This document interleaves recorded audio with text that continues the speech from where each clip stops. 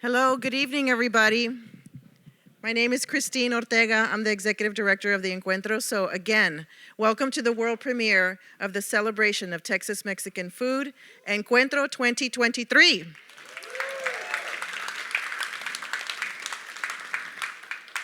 You know, we're gathered in a very important place, and I want to be mindful that we understand as we get this program started that we are part of a continuum. Right? Whether we're cooking and learning from our past ancestors, and then we're switching it up and doing something crazy and molecular, we're part of a continuum. And so because of that, I want us to acknowledge that we're gathered on the traditional homelands of the Atacapa, Ixac, Acoquisa, Cado, Coahuiltecan, and Comanche people, and all their relations and trading partners who visited here, including us here tonight. You're in for a treat. You're in for a big treat tonight. You're gonna leave hungrier than when you got here. And if you are hungrier, we have pan dulce for you from H-E-B outside. But we also, because we're part of a continuum, we need to also acknowledge the people today who made this possible. We have some great advisors who were part of this planning process, including Alice Valdez with Mecca.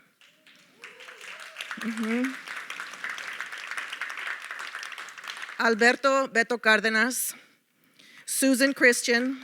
Yes, you can all applaud. If you know these people, they definitely are worthy of an applaud. Elmer Donaldson Rogers, Francis Castañeda, is she here, Francis? Leti Fernandez, Rachel Galan, and we're truly, truly grateful for your guidance as advisors to the Encuentro 2023. We are also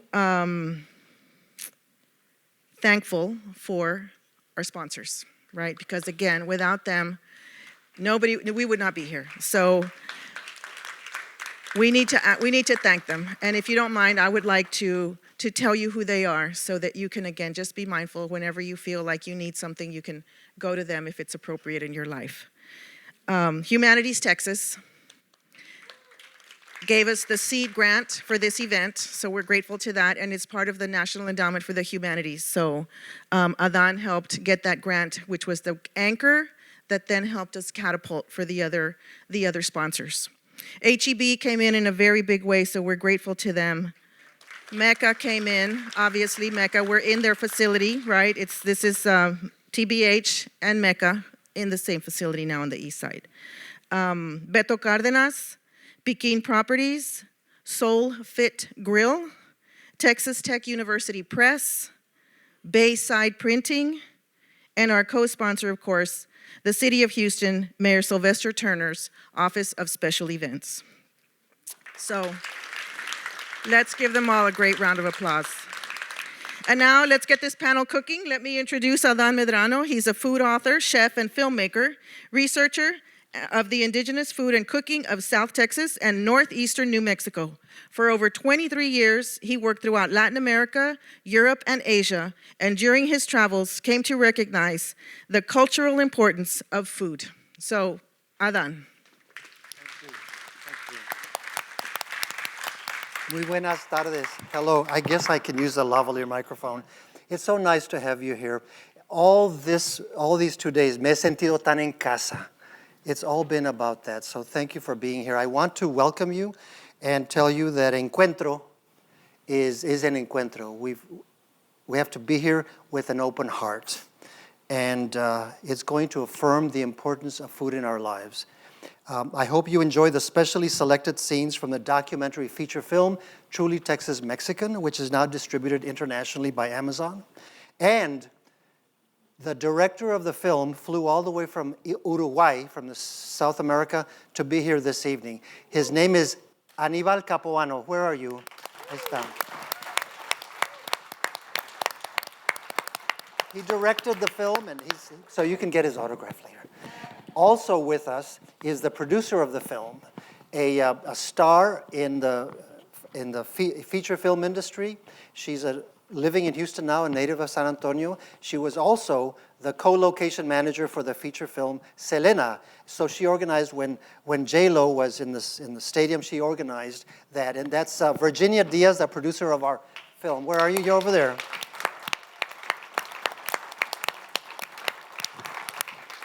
So the makers of the film are here. I want to, lo hemos hecho con mucho amor.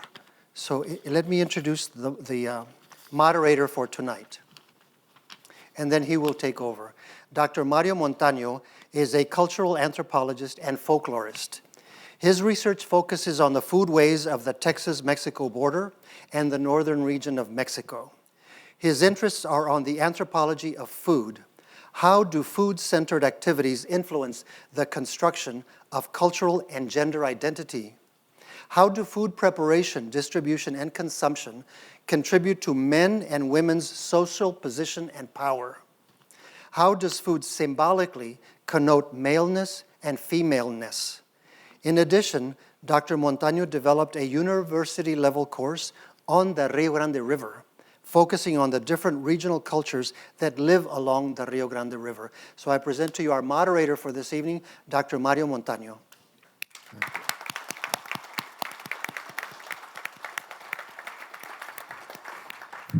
Thank you, Adan, for the kind introduction. It is an honor to be hosting this event, this Encuentro, on land that has seen so much diversity, changes and challenges, and continues to flourish today. And I want to also share thoughts about the tastings with the awareness that many of you were not present this morning, but we had a great tasting performance here. And of course, people love to eat it and everything. So now what I'm going to do is to introduce Dr. Liliana Saldaña. In tonight's program, my three colleagues have selected segments from the documentary feature Truly Texas Mexican. This groundbreaking documentary is streaming in the United States and worldwide in both English and Spanish, and you can find it on Amazon Prime, Google TV, and YouTube. So the first segment you will watch was selected by Dr. Liliana Patricia Saldaña. Professor Liliana B. Saldaña is an associate professor of Mexican-American Studies at the University of Texas at San Antonio, American Studies. She also co-directors of the Mas Teachers Academy, which provides public education with curricular and pedagogical support to teach Mexican-American Studies in K through 12.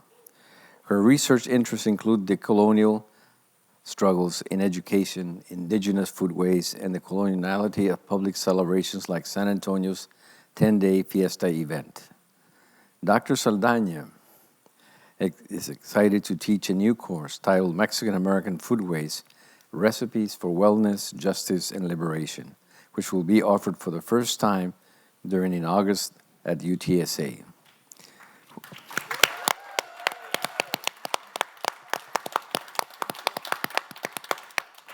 When she's not teaching or doing public scholarship, she's learning about Mesoamerican gastronomy and indigenous foodways to share through community-based cooking workshops.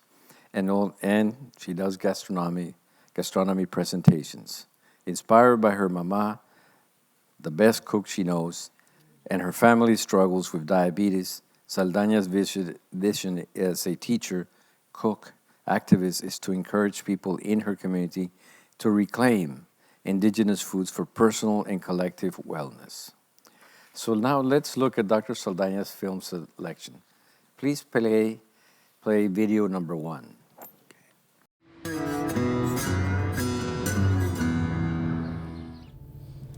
We're in South Central North America. It happens to be Bexar County, Texas, in San Antonio.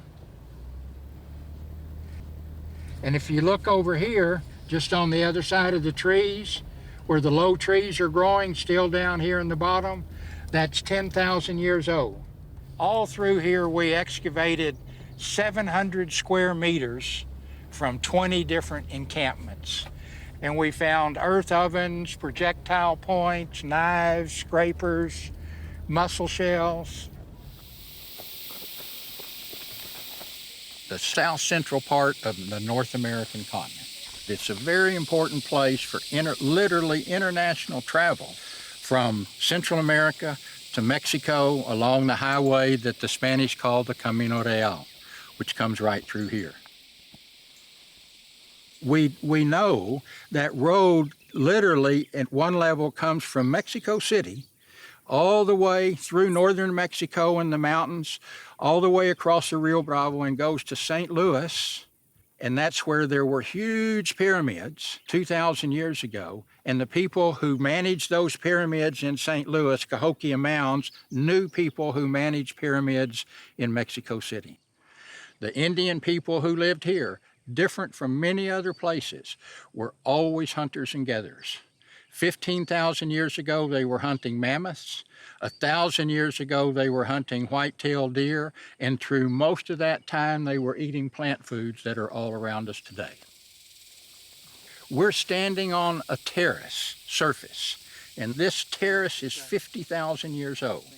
So every person who ever walked through southern Bexar County walked on the same surface we're standing on. And whatever they dropped, whatever they did, that evidence was left here. There's a lot of stuff here. How about this? Sure. See how it has kind of a pointed end here? That pointed end, that was mounted on a stick, and that was used to groove bone or wood and make a groove in it so then it could be snapped. It's called a graver or an engraver. Everybody thinks they're the first people here. Even if they're Hispanic, they think the Spanish were the first here. They don't look back into understanding the depth of history. History is more than what we see in our lifetimes or what our grandparents can tell us. Here. Now I'll do it sideways like I was cross-country skiing.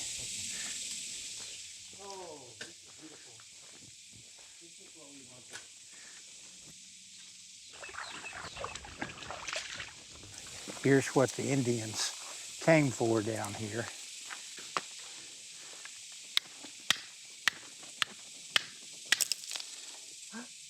See, that's the flint. That's what these guys are after.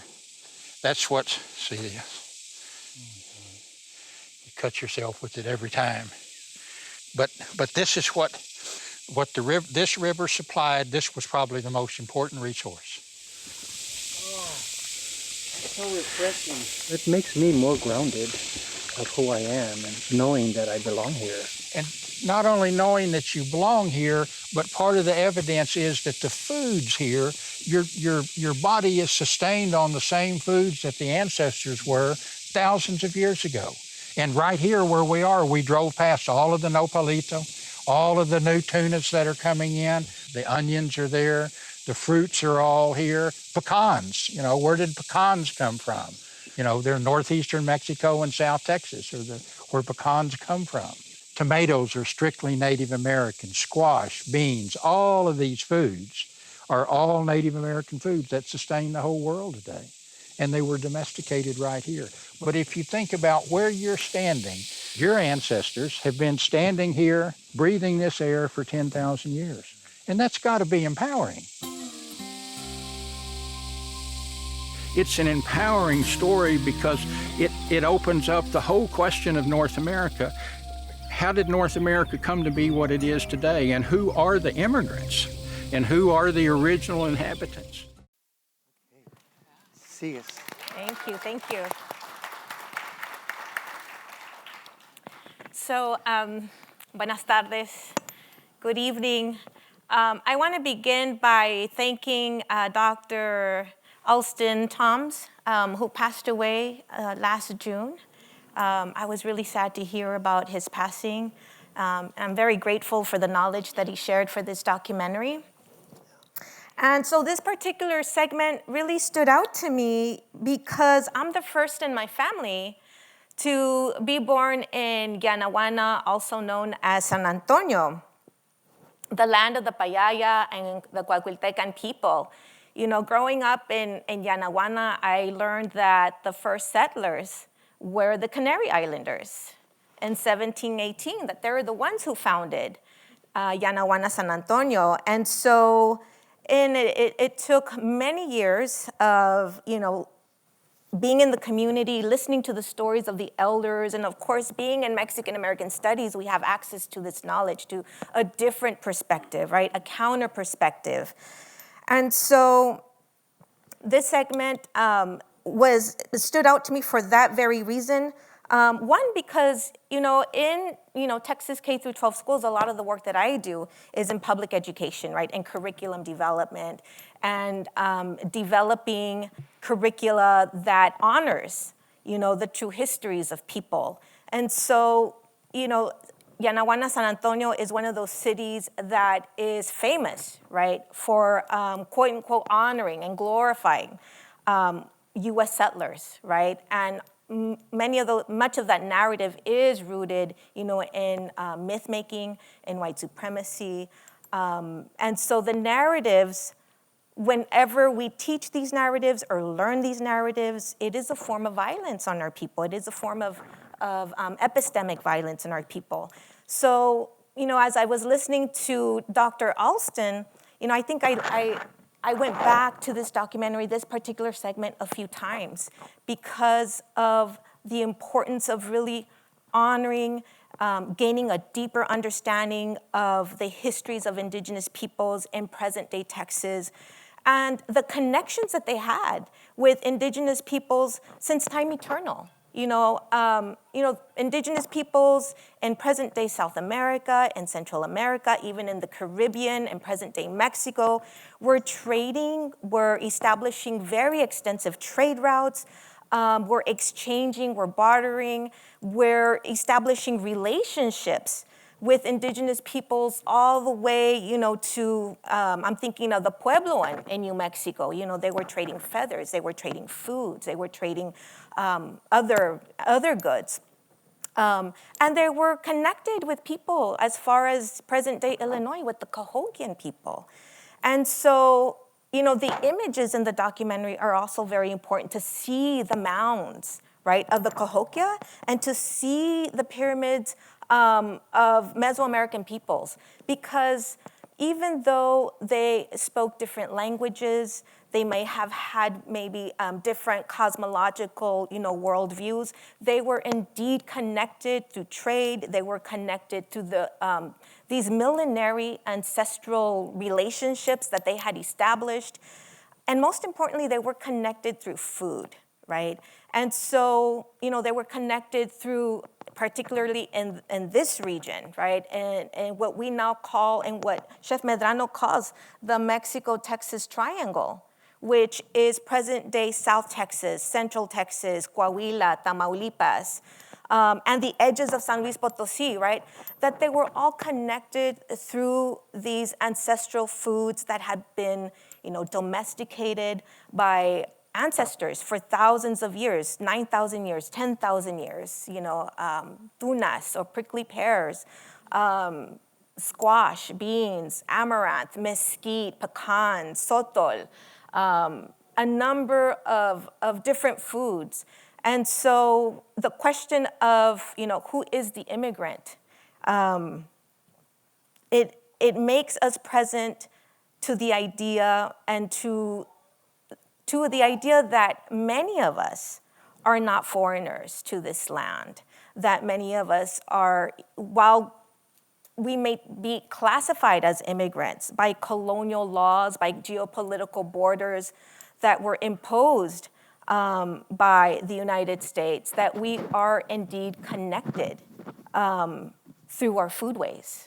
And so our foodways becomes a point of departure for decolonizing history, for speaking back against these narratives that continue to erase our stories. So this is one of the reasons why, my colleagues and I are always championing, ethnic studies, because this is the history that children and youth in K through 12 schools should be learning about. They shouldn't wait until they take a Mexican American studies course, right, to learn this history. they should have access to African American studies. They should have access to, Native American studies and Mexican American studies, so that they can understand their histories, their complex histories, their multi-layered identities, and most importantly, so that they can really gain a deeper understanding of how we are all connected. How we are connected across borders, how we are connected across foods, and so that we can also envision the world that we want, and we can create a world for future generations. So those are my comments. Well, thank you very much.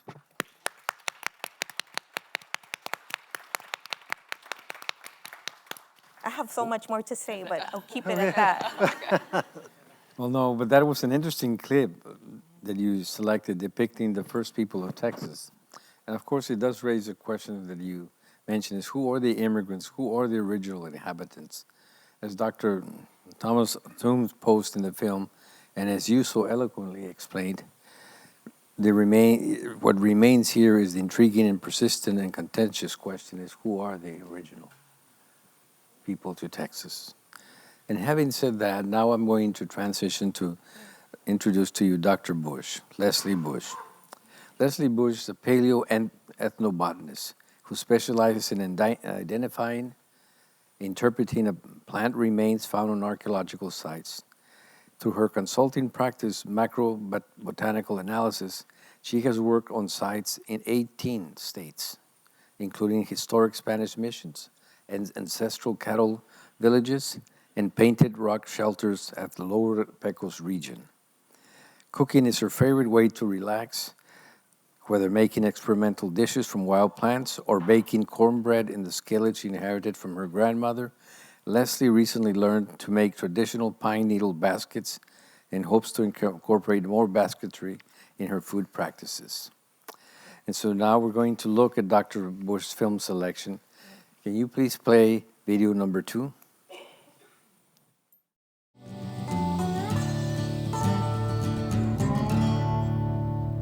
You would ink it up, and then you place your matrix right here.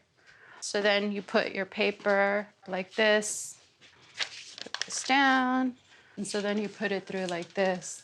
Then it would end up looking like the impression. Right. This is my Coatlicue print. That's one that I've done just because I've loved the idea of Coatlicue, who is a Mexican goddess. Most people would refer to her as like the goddess of birth and death. This is one of my tamalada prints.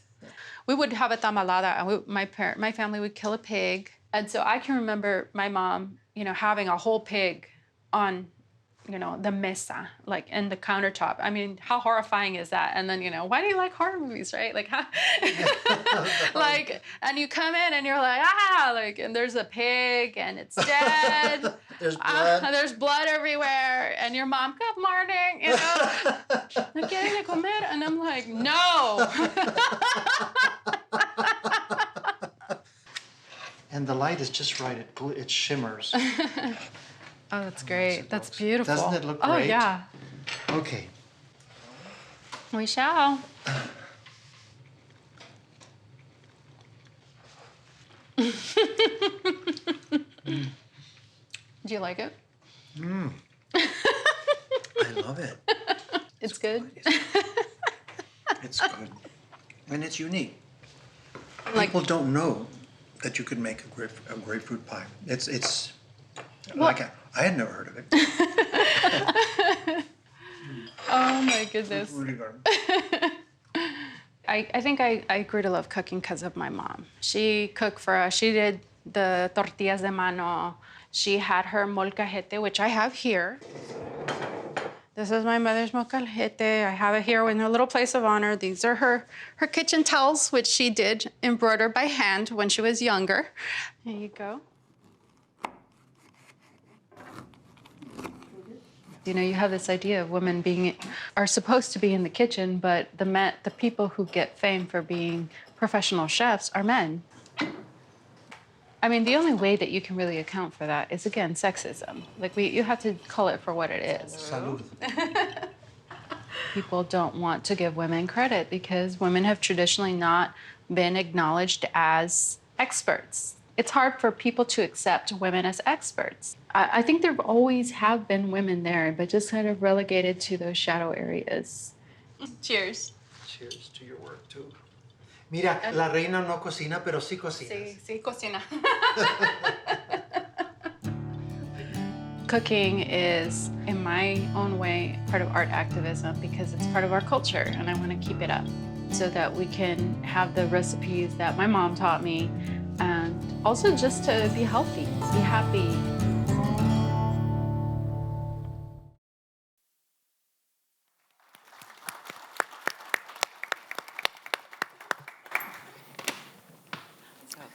Can y'all hear me over the lavalier mic? Okay. Well, this is Celeste Luna in the clip, and what I love about the clip is that it's about love, and not just her love for food, but for the tools of cooking and for her mom. So I want to start where her love of cooking started, with her mom and with the passing of food traditions from mother to daughter.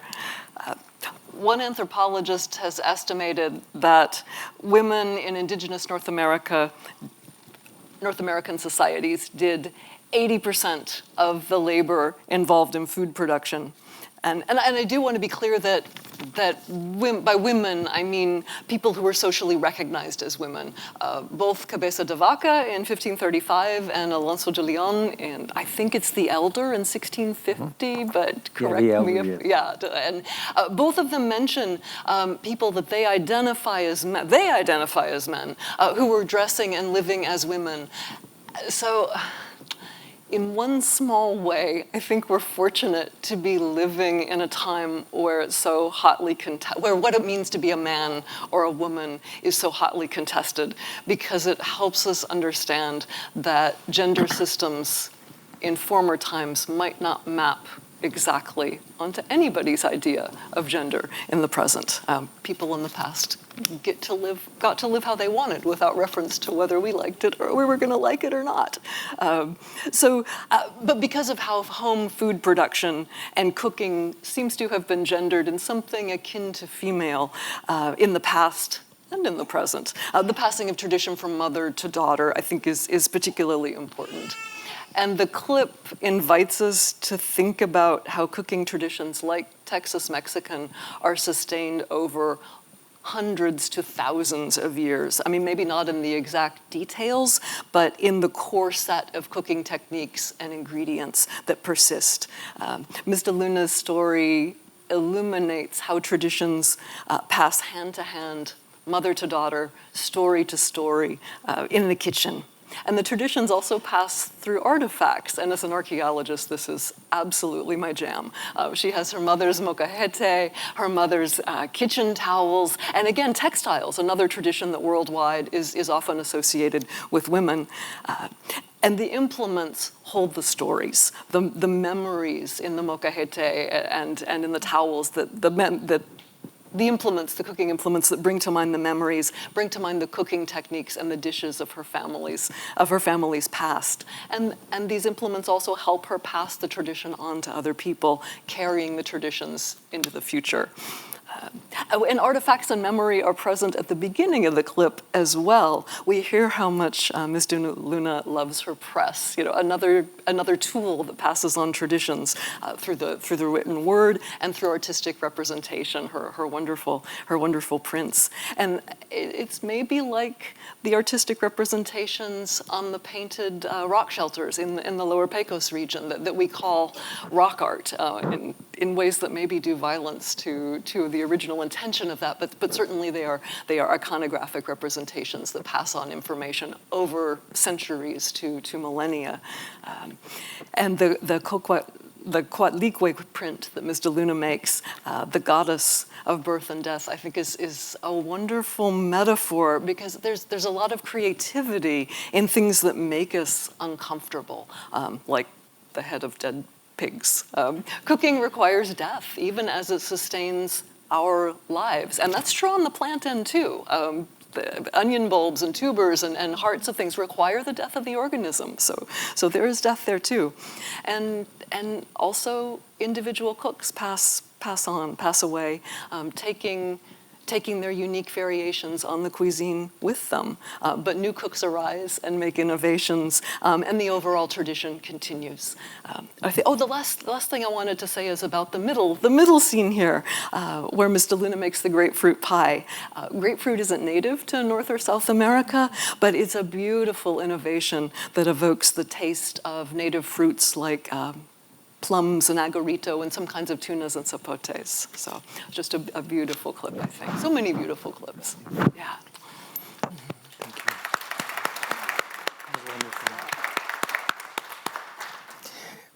Thank you, Dr. Bush, for helping to reveal an archaeological finding, how cooking implements carry women's stories across generations. This is an inheritance that underscores the principal role of women and two-spirited people in creating the flavor profiles and engineering the cooking technologies of today.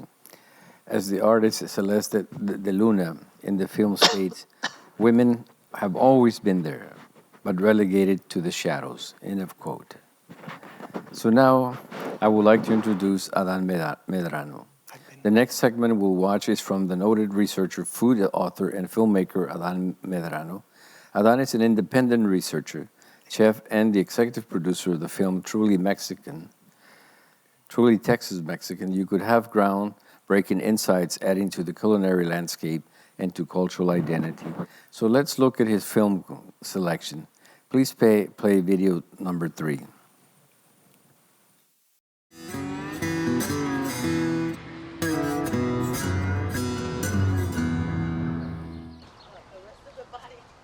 You know, there's something very graphic about dealing with a raw piece of meat and a head, right? Even my friends freak out. I think one of them threw up once. So I season it with salt and pepper. I do use the garlic cloves. My grandmother would always use a white linen, just a plain white linen. The process is you really have to immerse the fabric in water. The burlap is the secondary wrap, and that too should be soaked in water actually longer than 24 hours. ¿Dónde aprendiste esto, Cristina? Oh my God, trial and error. Seguimos aprendiendo. Everybody says, get on Google and figure out how to do it. And I'm like, no, I refuse to do that. I'll just keep asking all the elders that I know until I get it. And so that was my process. I sort of just wanted to make things more genuine in a way that we can experience how to regain knowledge. Aquí están los ojos. Exactly. Okay. Learning in the traditional ancient way is kind of fun. Today, we started to prep the pozo, the hole, which is about maybe 3 to 4 feet deep. And we fill it with brasas, and we fill it with hot rocks. We typically need a minimum of I would say 4 to 5 hours to actually heat the hole, and then also to make sure that the earth is cured with the heat. I will recruit my co-starter fire starters. My brothers are the best at that. My brother Adrian is here today, and he's the one that, I lassoed him into it. So he's great. I've been here all day, and just drinking water, sweating, drinking water. By the time it's done, I'll probably lose about 5 pounds. As a little boy, my grandfather would do that. He would do the hole and tend the fire. And my uncle's cuisine that he talks about, it originated from ancestors, past tribes that used to be here that are no longer here, things like that. It's just you can't forget that. These are pieces of fire-cracked rock, pieces of sandstone. This sandstone is the bedrock that outcrops all around us, and that's what became the heating element of an earth oven. We know in general that all of that was used to cook. They cooked all kinds of foods in earth ovens. It's like barbacoa pits. In fact, the first history book written of South Texas and northeastern Mexico is full of information, and it's written in 1650. And that history book tells you how important barbacoa pits were and how all of the Indian people from Austin to Monterey all cooked in earth ovens. Tell me how you want it, quickly. It go in the middle. Yes, how? Just straight down? Straight down, brother. Te ayudo. Oh, no. The thick part on the very bottom. That's it. Yep. You drop the cabeza in the coals. You put more coals around it, right? On top of the burlap? On the sides. I also use lava rocks. I use Mexican lava rocks. Like that? Yep. Do you have any more? Put it in if you We have have lots. it. Yeah, put it in. Yeah. See these rocks? Put some. Yeah, on the Here? rock. On the rocks. Yeah, exactly. Okay, we're Oh, good. you want it on top of the rock. Yep. Got it. Then we'll put tin on top. All right. This is fun. Just like that. My father used to do this. Yes. They were asking us. Ooh, that smoke is hot. Isn't that crazy, Ella? Okay. It's like flipping crazy. Yeah. Did you ever see it done before? Yeah. Just, you want to cover the edges to seal it. What we do know is that everywhere on Earth where earth oven technology was important, women are the dominant role. Yep. Yes, put it, yes, put it, Theo. Absolutely. Men were not even allowed on site when these big earth ovens were being cooked of root foods. That was women's job. Men could come and haul the wood. Maybe men could dig the hole. But when the real processing started, women did it. And with some tribes, men couldn't be there when you opened the oven. On this side of the rock? So it's predominantly women's work, and it gets left out of all of history. So women have a key role. Adrian.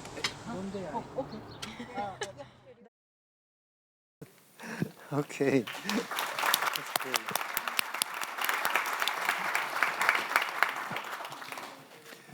Thank you. I chose that because it's a very ancient tradition that is renewed. In Houston, there are many families who still do this in their backyards, as they do in San Antonio, as they do in the Valley. We still do it. My father would do it, and as it shows there, Christine, my niece, renewed it. I wanted to go to an ancient tradition because, to me, it sends us towards the future. And when it does so with an ethical question. And that ethical question is, we received these traditions from people who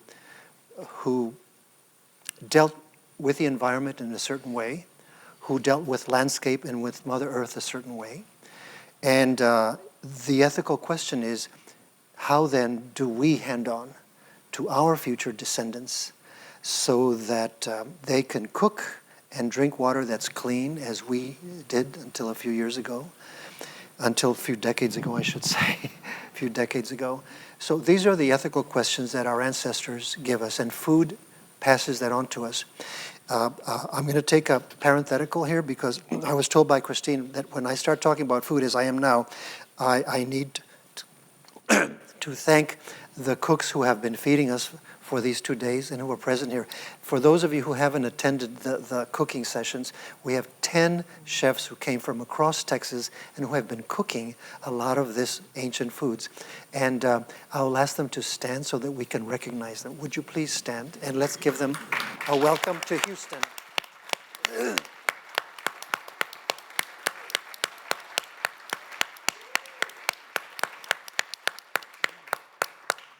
You can catch them on the way out and say hello to them. So Christine, thank you. I think I've done my job.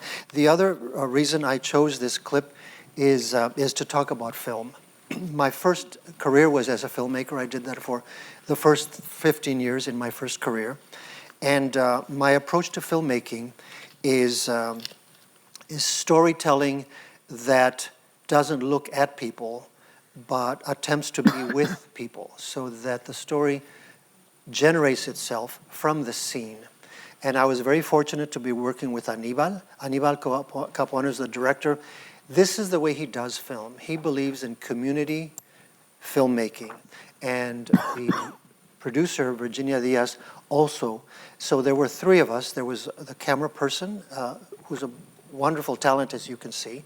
He's from Latin American also, highly sought after as a filmmaker for feature films, with no lighting. And we would go into, for example, in this scene, there are no double takes. There are some production processes that say, for example, to the cook, would you please pour that again so I can get the shot from. We did none of that. There is not any overtakes, second takes. Whatever happens, happens. The theory, the philosophy that we had was, you put the camera, y que la vida viva, and we capture the life and the feeling, so that we don't want to be looking at the people. We want you to, if you have been in this making of the barbacoa, for you to feel that you're there. I recognize that scene. I know it. So this is what we wanted to capture, the feeling of the food. So to me, filmmaking is very much like food storytelling. Both are telling the same story. And that's why I chose that. I want to conclude with a quote from Mónica Muñoz Martinez. Her book is called The Violence Never Leaves You. And in this book, I think the book, she said the book is about 2 years old, I think, two years old now. 4 years old. And she documents the violence that was committed against Mexicans in Texas, where it was state-sanctioned violence. They would kill you, they would murder you, and it disappeared from the public imagination. However, what she did is she visited the families, and the families kept the scrapbooks, kept the names and the pictures of their father. He was killed by Texas Ranger so-and-so. They have all those narratives, and she has collected this and linked it to press, to funeral records, and she gives you a complete fact-based history of the violence and lynchings of Mexican Americans. And the reason I bring that up is because she makes a point that says why Mexican American studies are so important, as Dr. Liliana said. We need to know our history. She quotes it this way. Even in this 21st century, we are still often denied the opportunity to imagine our ancestors as participants in the construction of Texas history, or to learn about the indigenous perspectives on the understanding of conquest, colonization, and slavery. And this is important because we want to be architects of memory. Museums, journalists who are here, we form a certain structures of architects of our memory, and we have to participate in those things by telling our stories. So I want to just say two things in closing. One, we need Mexican American studies at universities and K to 12.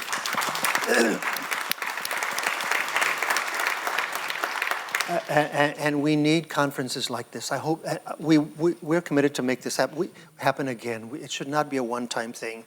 And also, Dr. Leslie Bush said that because she has been working on this conference, she has already contacted her colleagues in archaeology and realized that they need to be talking to archaeologists in Mexico, in northeastern Mexico. And so they're planning to have some sort of conference and some sort of dialogue so that these things can come together.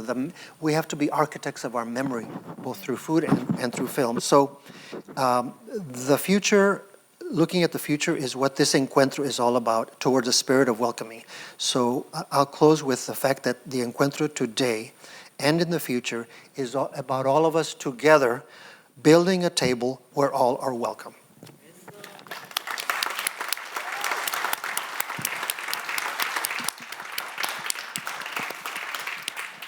Thank you, Dan. Your selection highlights the current Mexican-American practice of making barbacoa de pozo, and also the unbroken traditions that still exist in the preparation of food. Whether it's in the back of your yard, if it's a store, or do you use crock pots, or you use pressure or steam appliances, whatever the technology is, these practices still continue. So what now I would like to do is to ask anyone in the audience for your questions or comments to our participants here. If you have any questions, raise your hand and we'll be ready to answer. Yes.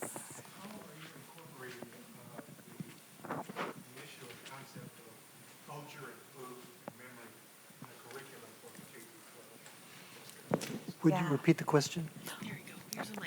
So the question, oh yeah. Okay, my question was, how are you incorporating the concept of culture and food and memory in the curriculum for K through 12 Mexican American Studies? Yeah. So this is actually very new, like the incorporation of food. I'm actually going to do a presentation for middle school students on food, but we're still developing curriculum. You know, this has been a long struggle. I mean, this is an old colonial issue. I mean, our official, books were burned. Our moshlis, right? I'm thinking of the Mayan codices, the Nahuatl codices, and I'm thinking of the student walkouts during the Chicano movement in the 1960s, 1970s. So we are still in the process of developing curricula. In San Antonio, there are about maybe 25 teachers that teach Mexican American studies. There is still not a statewide curriculum, right? We do have standards. And so it gives each district or community the flexibility to incorporate that, but food and memory are definitely important. And so this is going to require, I think, a lot of resources, not only in terms of getting school districts to approve of these courses, to support courses, but the actual resources to develop curriculum, And so to bring in the food experts, right? To bring in anthropologists, archaeologists who can have conversations with educators, because most of the teachers who are teaching ethnic studies, whether it's, African American studies, I'm thinking of Mexican American studies, right, in particular. These teachers haven't had access to Mexican American studies ever and their own education. So they're learning as they're creating curriculum themselves. So, we do need to center food. We do need to center memory. I mean, I do it in my college level course, right? And when I piloted my foodways class a couple years ago. But food, memory, and culture are central. And we begin with, storytelling. We begin with the Mayan and Nahuatl codices. We study those codices. We study, I'm excited that we'll be able to study, 17th, 18th, 19th century cookbooks written by women, We'll be able to, they'll be able to document recipes that have been passed down by their family members. So digital storytelling, I'm doing my best to learn the digital tools that our students and our youth know, and that they use on an everyday basis. But that is a very good question. Thank you. Okay, thank you so much for your sharing. I have a question, but before I begin that, I want to thank you also. Dr. Alston Toms was actually one of my teachers. I'm a student at Texas A&M in cultural anthropology. He passed away, unfortunately, in 2021, June. So I was very much surprised, pleasantly so, that he was featured in two of the clips that you all showed. But Dr. Toms was one of the teachers who, no matter what course he was teaching, he would typically say something about earth ovens. He could probably teach you college algebra, and he's going to take you to earth ovens. I'm just letting you know how he is. But what I recall, and it's been some years that I took a course from him, that there may be various types of food that are cooked in the earth oven, and there may be various different designs for the earth ovens. I was wondering if you could expand on that a little bit. Thank you. Oh, I guess that's for me. Yeah.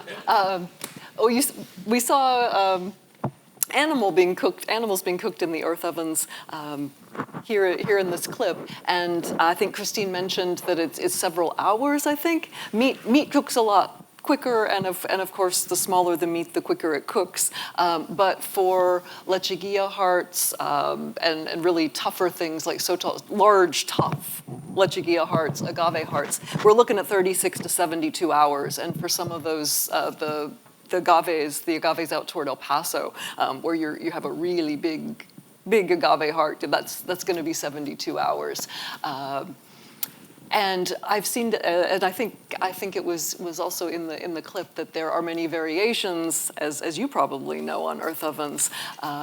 In terms of how they're constructed, we saw rocks being heated up in a separate fire and then placed in the pit. Out at have you been part of the crews for a while? Texas State and Texas A&M would alternate years.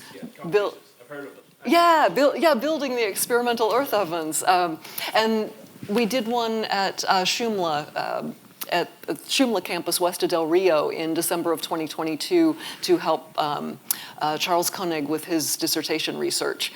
Anyhow, we cooked lechuguilla hearts, and the way that the folks at Shumla have been constructing the earth ovens is you dig the pit and you put a big sort of teepee of long sticks, because that's what's easy to gather on the land, and then you wedge the rocks into the pile of sticks and set it on, and sticks, because it's brush, it's fairly narrow diameter woods out there, but they're very hard. Well, let's not get into wood density, but it's a really cool topic. Okay, so you wedge the limestone chunks into the wooden teepee, set it on fire, and then the wood, as it turns to coals, and because of the wood density, these are great long-lasting coals, it collapses into the pit, and that's when it's down to coals, that's when you come in and put your packing material.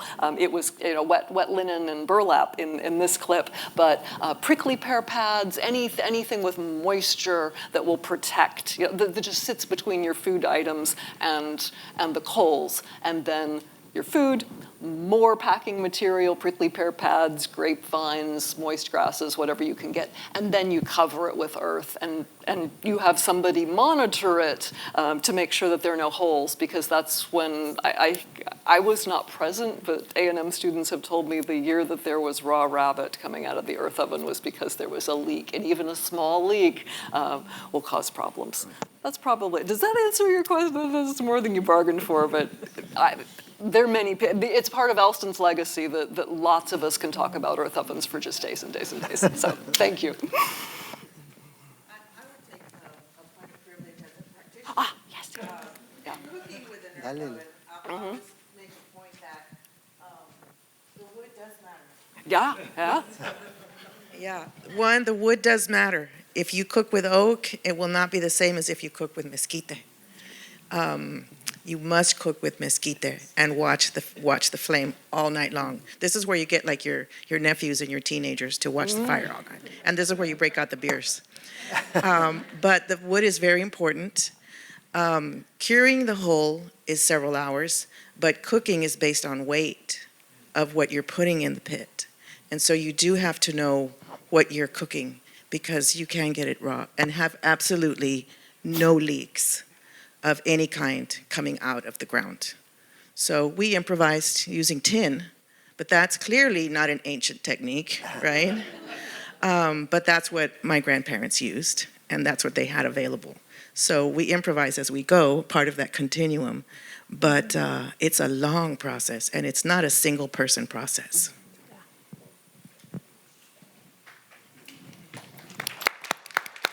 In the center. Well, I can't see. Thank you so much. I have a question about the cultural exchange in foodways that may have taken place between people experiencing slavery and our indigenous peoples. And also really curious to understand what was found in the missions, because I think we don't often hear about that experience. Thank you. I know you talked about the missions a little bit. Well, in the missions, now I have to say that in case of Leslie, you're the expert in missions and plant identification, yes. right? But I can tell you with the missions, even in San Antonio today, if you go visit those missions, is that you will find a list of all the foods that they would prepare. the wild foods, for example, plant, bushes, animals, and all that, they have it there. But you also have to realize that the missions were an assimilation institution. It's to bring the Indians and to assimilate them into Mexican culture or Spanish culture. I mean, that's how it is looked. Also, in many cases, many of these indigenous people felt also safe in the missions because they were, remember that they were treated as slaves too. And they were sold as slaves and sent to Mexico, their families, their children, and all that. So that part I can say, yes, it is true that the part of the slavery is there. Now, what I wanted to know more is, what kind of foods do they contribute, or who did the cooking? Or they were told to cook this way, which is, sort of a very oppressive way of eliminating somebody's food practices when you have to cook it my way. And you know how that feels even in our own families. Even when your mother tells your grandparents, no, you got to do it this way, and you wait for them to leave the kitchen and you do it your way. I mean, so I have always found that in the cooking, there is resistance too. And I think that the missions serve that function. But now with Leslie, you worked in missions and you have come and dug up things and analyzed them botanically. So. Yeah, it's the mission San Saba is where I have done most of my mission work, and it's a wonderful question and deserves nuanced study. And mostly what I can say is I'm sorry, we don't know.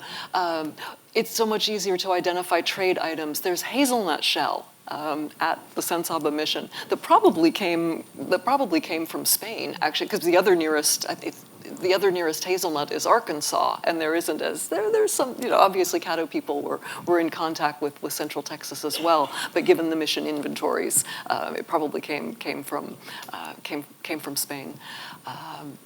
So it's much easier to identify exotic objects than which people were enslaved and what they were doing there. So thanks for your question.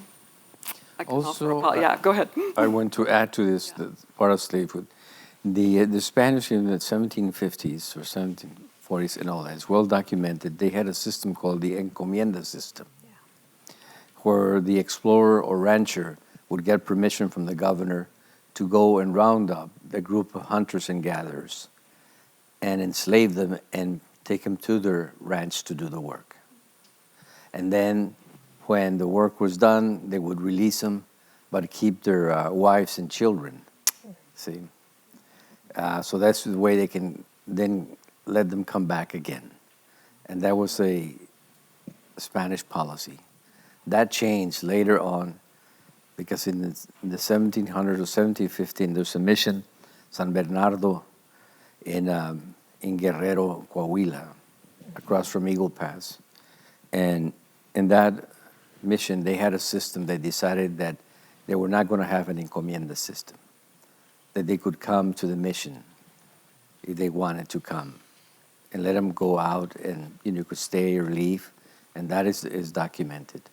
But yes, they went through a lot of that. And of course, sometimes I think some missions were places where they felt safer. But in San Bernardo, what happened is that they had a smallpox infection, and many hundreds of them died. And so from then on, they didn't want to go to the mission. So they were in a very ambivalent situation. So they were not here or there, but you know how it feels when you also don't know whether you're Mexican or Indian or whatever. Is a very, what they call anthropologists, a liminal stage. Or what is in Catholicism, purgatory? Okay. You're in purgatory? That's kind. But I just wanted to talk about the slave issue and the different forms slavery took on. Okay, it's unpaid labor. Yeah. So don't do internships, that do not pay. Okay? That's what I tell my students, because they always say you're going to have an internship, but it's slave. Really, I mean, you don't get paid. And so I would always tell them, yeah, we'll write this proposal, but never go to a job when you're not paid. Absolutely.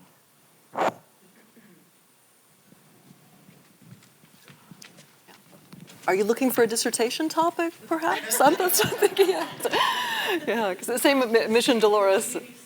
Yeah, okay. I want to thank you all for anyway. I want to thank you all for presenting this today. I tried a lot of the food earlier today. It was amazing too. My question is more. I heard you make a comment about the future, and typically when our indigenous cultures are brought up, it's more of a context of ancient. Like we don't exist in the past. It's only in ancient. And whenever any conversations about the future, whether it be through pop culture and film, you'll never see any resemblance of indigenous people unless they're blue on another planet or something like that. And when I think about like what it takes to move people in recognition of this, I wonder what's like. I know there's groups in Houston, indigenous groups too, to do practices, but how do we keep this going here? I don't know if y'all have recommendations on how to build that off and make the connections from people who are south of so-called like U.S., border Mexico, who are indigenous communities here, with indigenous communities that are from so-called Texas, and like how do we build those relationships, and how do we continue space that is growing to make sure that younger kids see this visible, so by the time they get to our age, they're like firm on knowing where they come from and how to build things moving forward. Is that a Liliana question? I guess. You raise a very important question, right? Because, and that's one of the reasons why I really enjoyed the segment that I selected, was because it makes us present to, I'm sorry, the lights are very, they're glaring. Makes us present to the importance of acknowledging indigenous peoples, not only of the past, but of the actual present. I know, I think of my own community in Yanaguana, San Antonio. It is a city of many indigenous peoples, right? And so, you have the Coahuiltecan, the Tapilan Coahuiltecan community.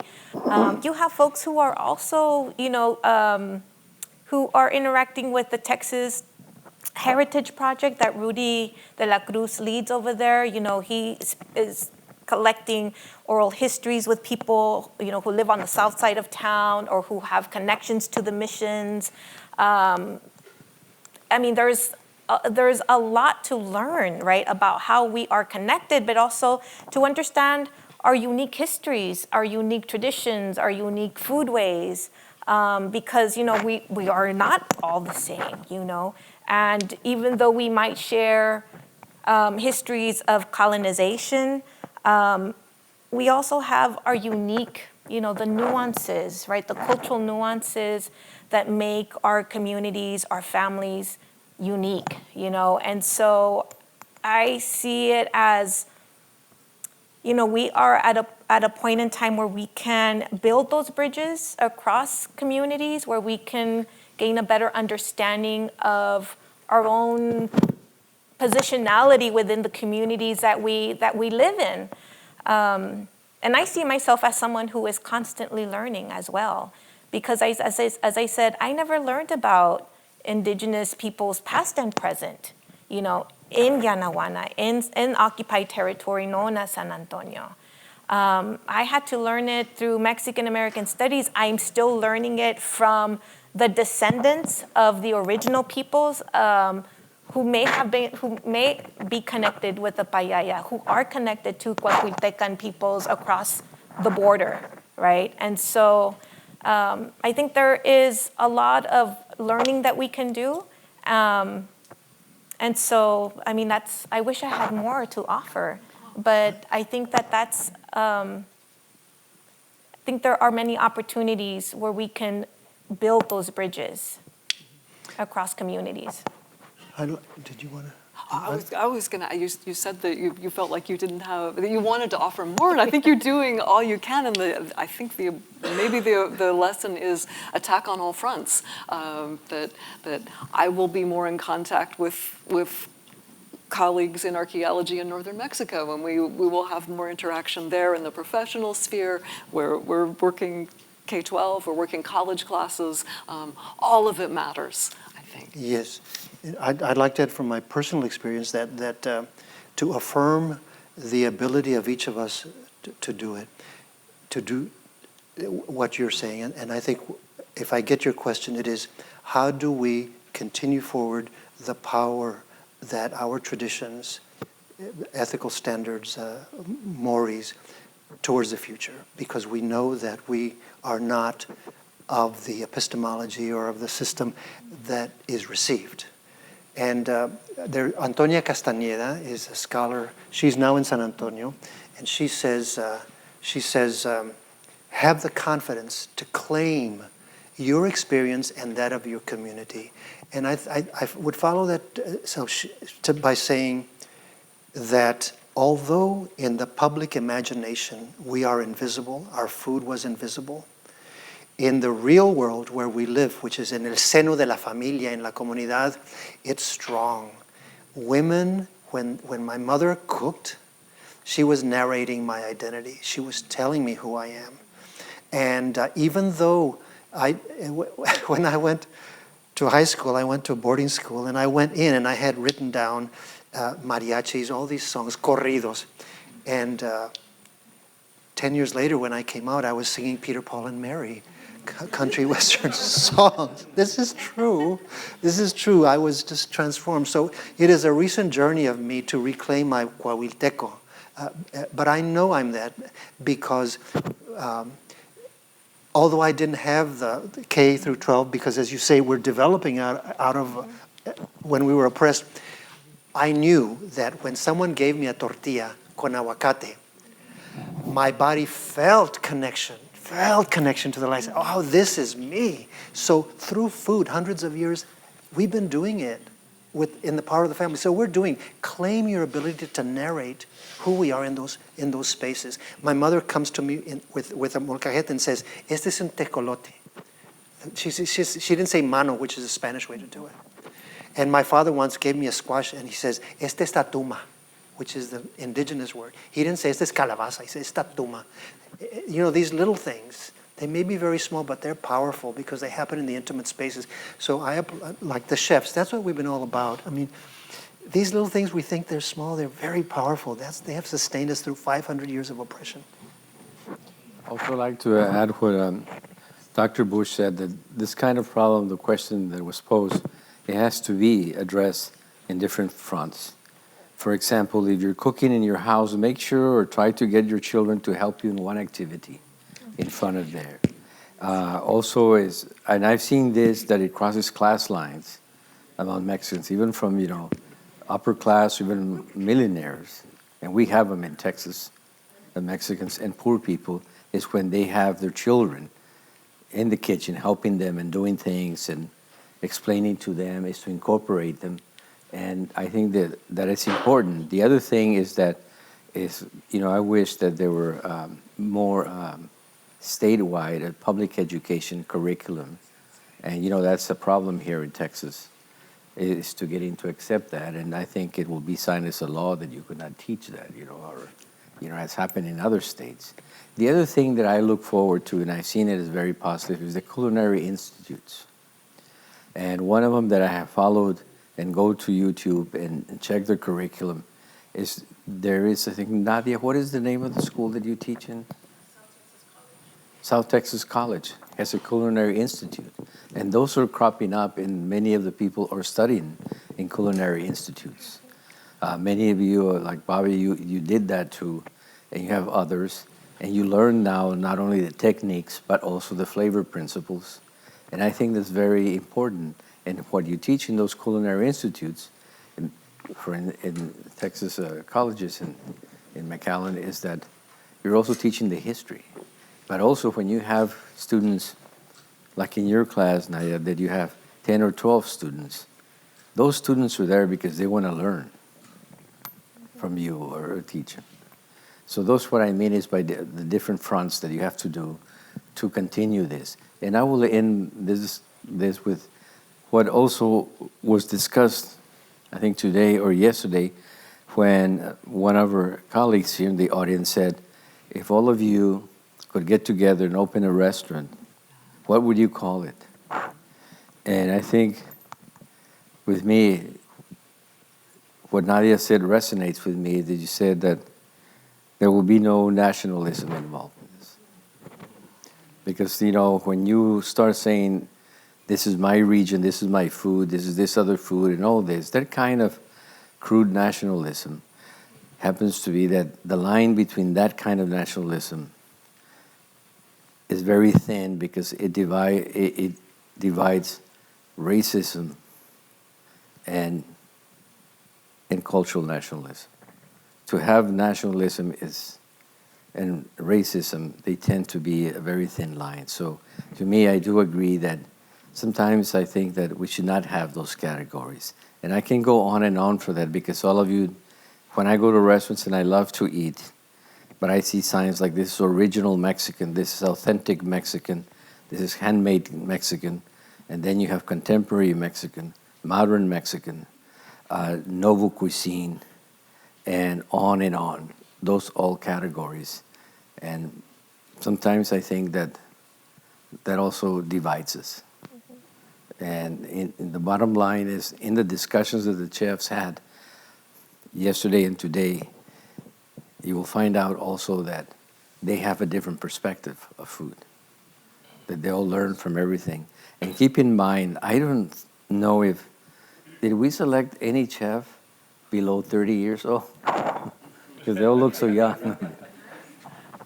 Yes, some of you are, yeah, but you're young. I mean, still, according to us, But I think that's one way to tackle that problem.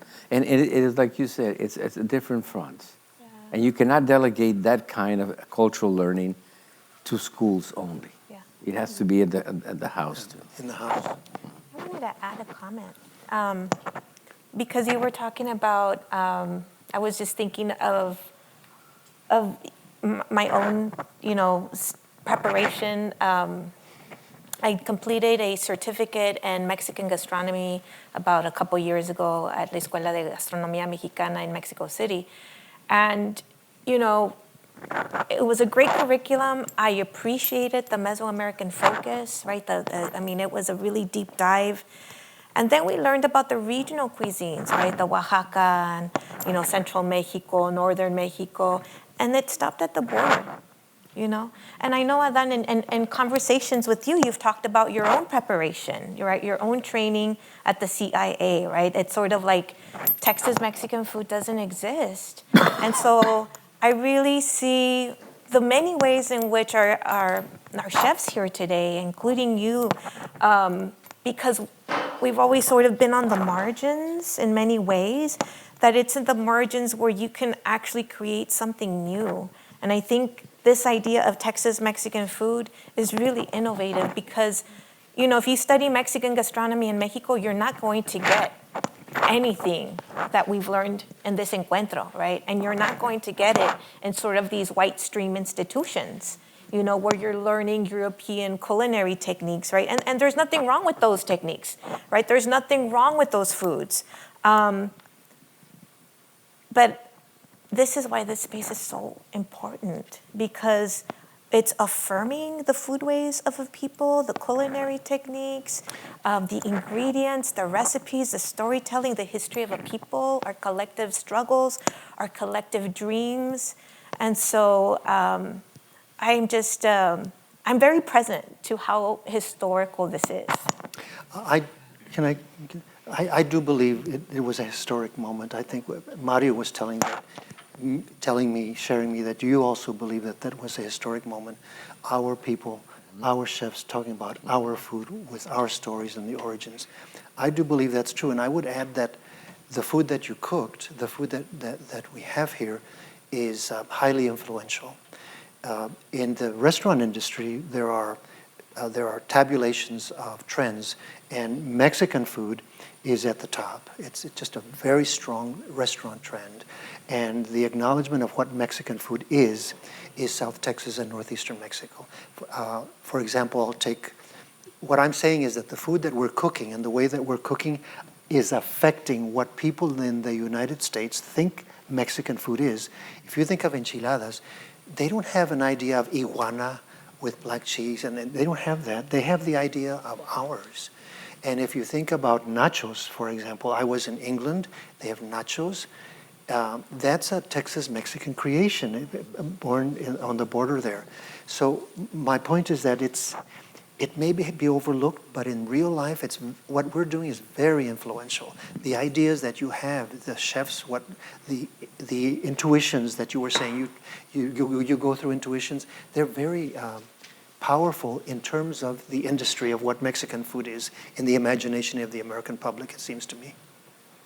And also just to realize that very much if you're a chef or you're a food scholar or food writer, is you also have to be aware of your own prejudices, of what you like and don't like. And it's not bad to have prejudice, but it's bad when you enact them, you know. And I'll tell you this, I confess to you, when I was growing up and I was in high school, my version of American food was I would tell my mother to buy me this TV dinner, Swanson TV dinners. And on Friday, it was like Taco Tuesday for me, Friday was American dinner.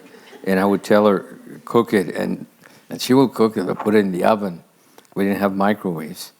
And this was my perception of American food, was this Salisbury steak with mashed potatoes and green peas, you know, and I would eat it. I mean, and I look at it American food was not that way, but I would eat it, and believe me, it tasted like metal, but I still would do that, and I felt very proud of myself and look forward to Fridays and to that Swanson dinner. And I liked it, and my mother, well, she was my mother. She tried to indulge me in what I wanted to do, and so she didn't have to cook on Fridays. But I think that is very important is to think also about what are our prejudices that we have towards our food and towards other food. And also remind yourselves that there are some restaurants, all of us here have experience, and even Mexican restaurants, that serve bad food. And I know, I mean, You're going to tell? You're going to tell? No, I won't go with the name of restaurants, but I told Adan if he wanted me to give him a tour of bad Mexican restaurants, they don't fail. And I eat all the food, don't get me wrong, I eat it, but it's rough. It sometimes, yes. Well, it looks like food that somebody ate before. Okay.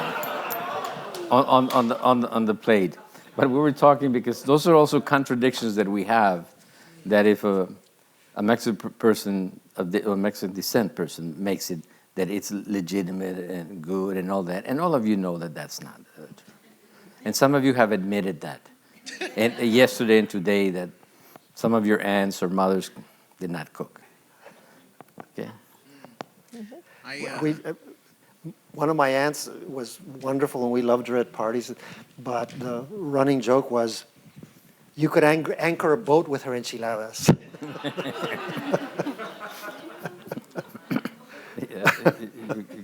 No, there's also a lot of bad food out there, you know, I mean.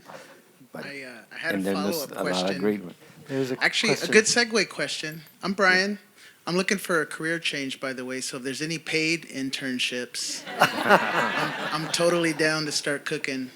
Yes, well, you have chefs here that can hire you, you know.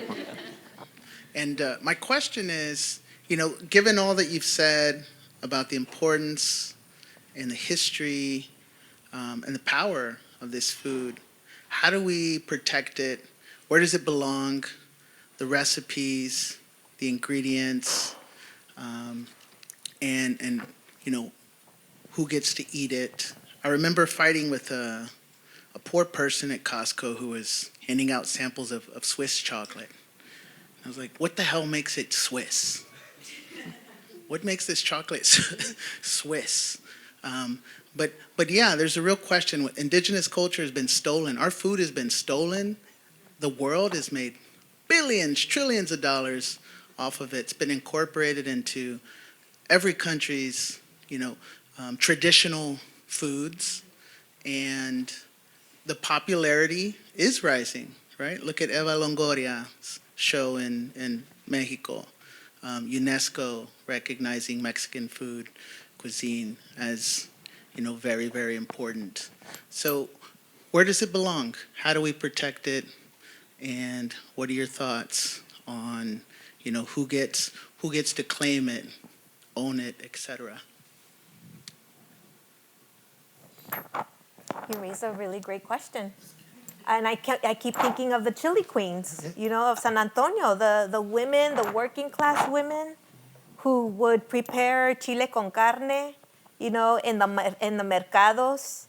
And then they were outlawed by a city government, which was largely run by whites. Yes, Men. And the people who profited from the displacement were the white restaurateurs. And also food industrialists who started producing and manufacturing, chili powder, red chili powder, and spices, and it's really infuriating to learn this history of how these women were banned, how they were criminalized, how then they were forced to work in white-owned businesses. Oftentimes, working in the very factories that probably stole, their recipes, or working in the restaurants.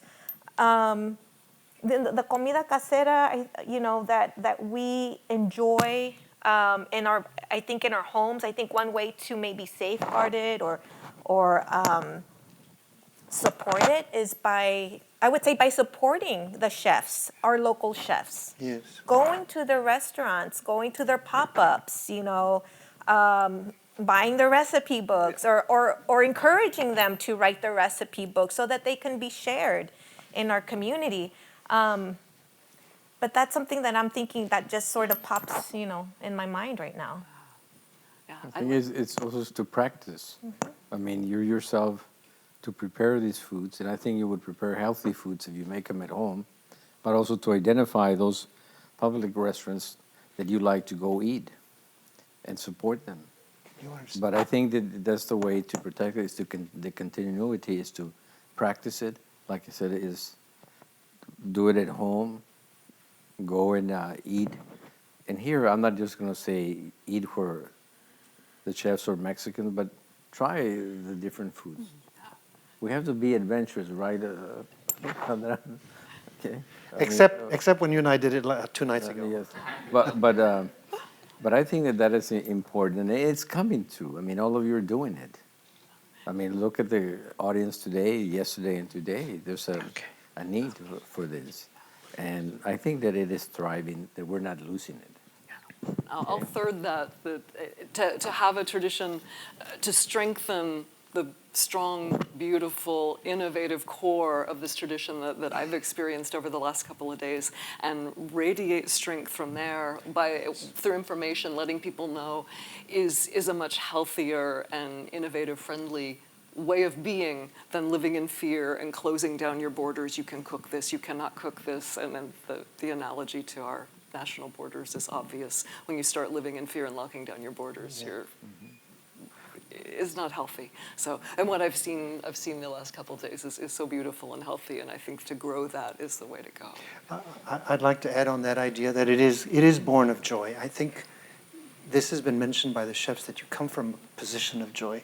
I think our resistance, we are not, the theme of the movie was tacos, feminism, and cultural resistance.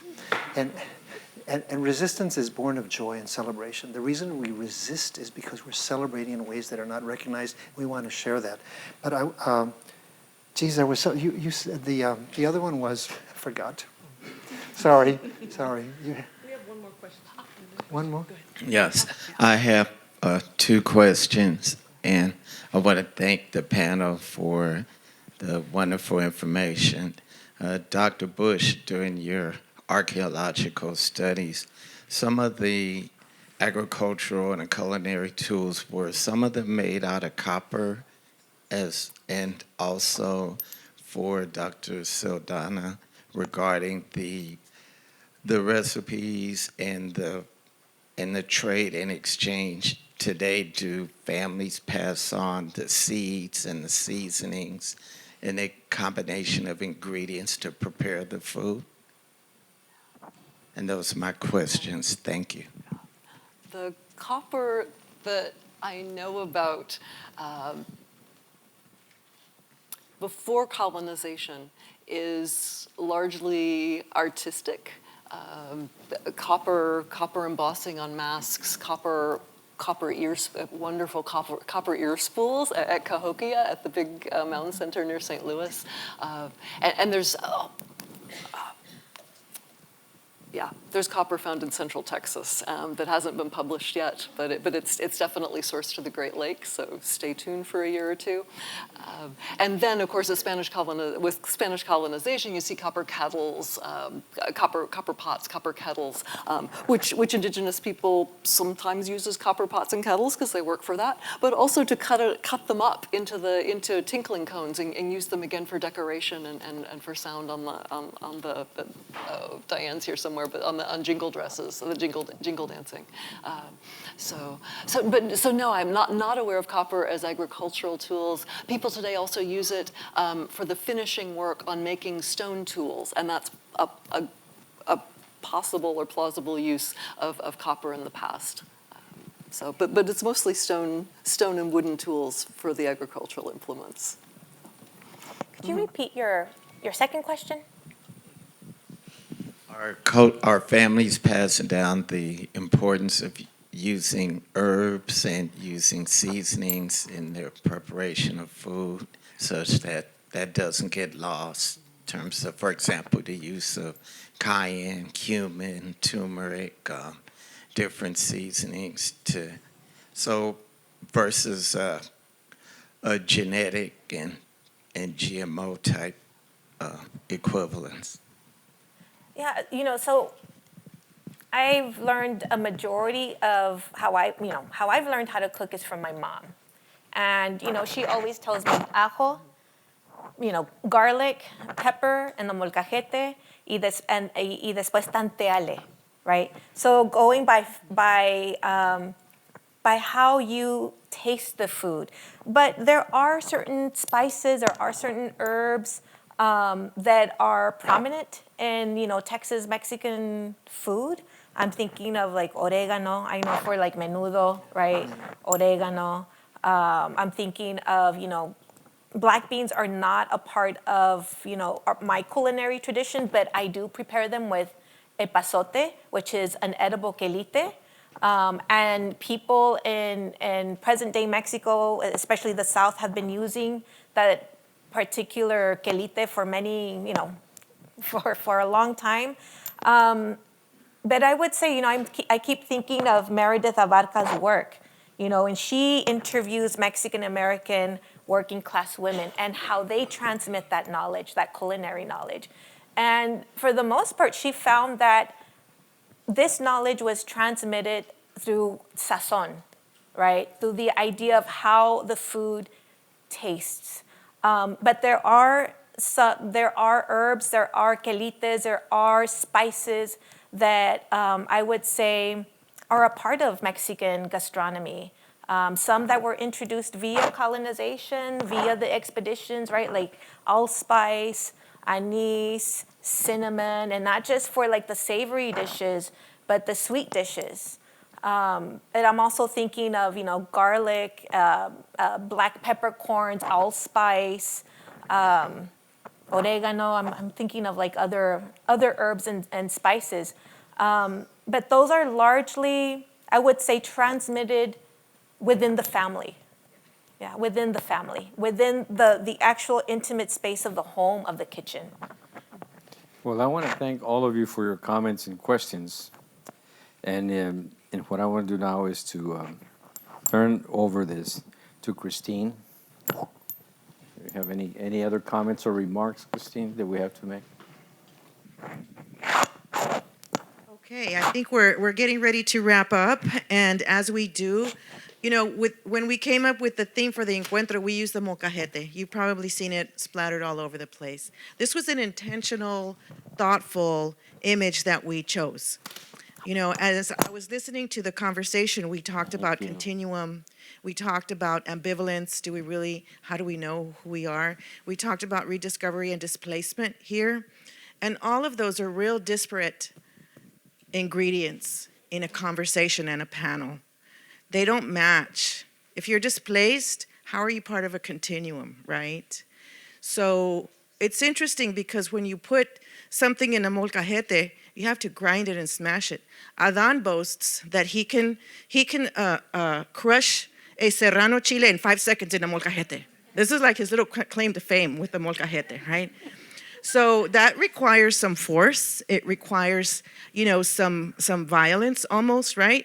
And you're putting these ingredients that don't really necessarily always fit. You're putting seeds, you're putting tomatoes, you're putting garlic. They have all these different textures, all these different colors. And what are we going to get out of it? But anybody who does know how to use a molcajete, and if you don't, please go out and buy one and try it, because you end up with something really beautiful at the end. And so I hope that today, even though we went through some questioning, some ambivalence, some displacement, something uncomfortable, that each of you now has a desire to go out and find out how you can be part of the molcajete that creates something really beautiful. Thank you very much. Have a great night.